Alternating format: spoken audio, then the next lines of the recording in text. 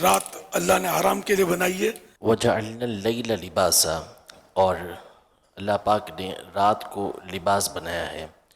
اور یہ جگہ جگہ ارشاد فرمایا ہے کہ اللہ پاک نے رات اس لیے بنائی تاکہ تم اس میں سکون حاصل کرو، اور دن اس لیے بنایا تاکہ تم اس میں اس کا فضل تلاش کرو۔ لیکن اگر کوئی رات کو جاگتا ہے تو اس کو گناہ گار تو وہ نہیں ہے۔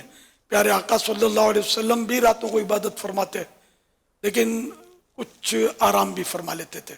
البتہ بے شمار بزرگان دین کے بارے میں آتا ہے کہ پوری رات جاگتے تھے۔ ہمارے غوث پاک نے 40 سال تک عشاء کے وضو سے فجر کی نماز ادا کی، اس کا مطلب نہیں سوئے۔ اسی طرح امام اعظم کے بارے میں 40 یا 45 سال کا آتا ہے۔ امام اعظم ابو حنیفہ رحمۃ اللہ علیہ 40 یا 45 سال کا آتا ہے کہ انہوں نے بھی عشاء کے وضو سے فجر کی نماز ادا کی۔